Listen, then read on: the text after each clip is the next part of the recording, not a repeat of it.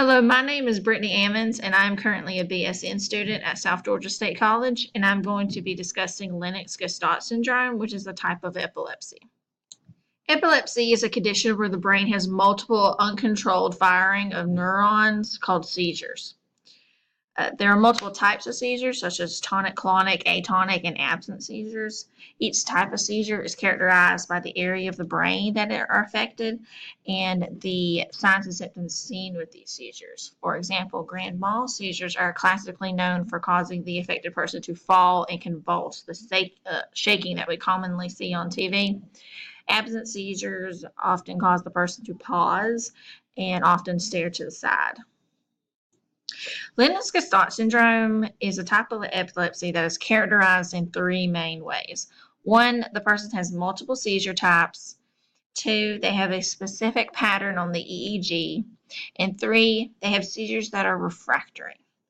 So those with this syndrome often display signs and symptoms of multiple types of seizures, such as absent seizures, tonic, or atonic seizures.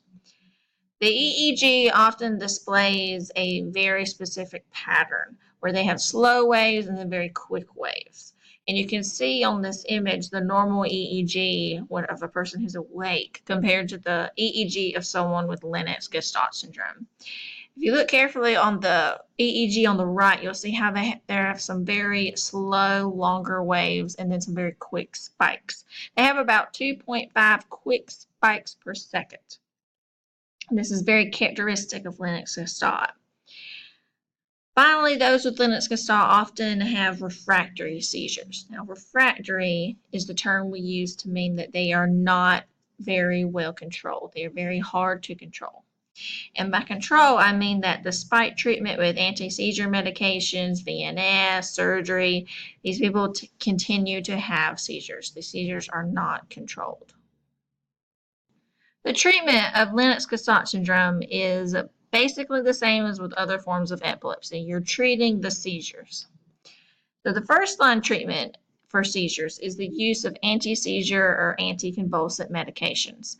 At first, the person started off with only one medication at a low dose, and if that is ineffective to control the seizures, the dose is increased. Eventually, the max of the dose is reached, and then a second medication is introduced. If they are still not controlled, that's increased, and it often with Lennox-Gastaut, since it is so refractory, so hard to control, people with this condition often end up on multiple anti-seizure medications, and even still they continue to have seizures.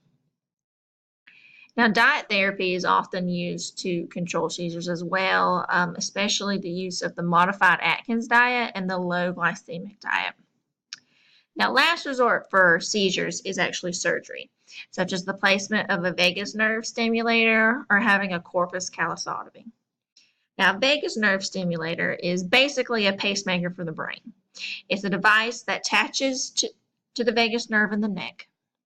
As you can see in this image in the bottom left-hand corner, the device sits in the chest, usually on the left side, the patient's left side, kind of like a pacemaker, and it has a wire that goes up and attaches to the vagus nerve. Now, this device actually shocks the vagus nerve.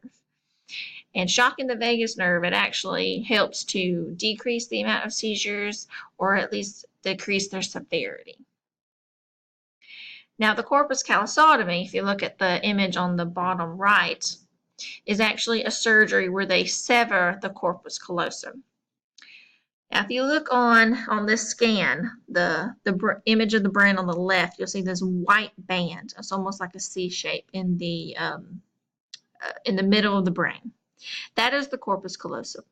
This is the structure where neurons cross between the left and the right hemisphere. So this is essentially a bridge between the two halves of the brain so they can talk to each other and communicate with each other. That's called the corpus callosum. Now, only part of this structure can be severed, or they can even have a total corpus callosotomy and the entire structure is severed.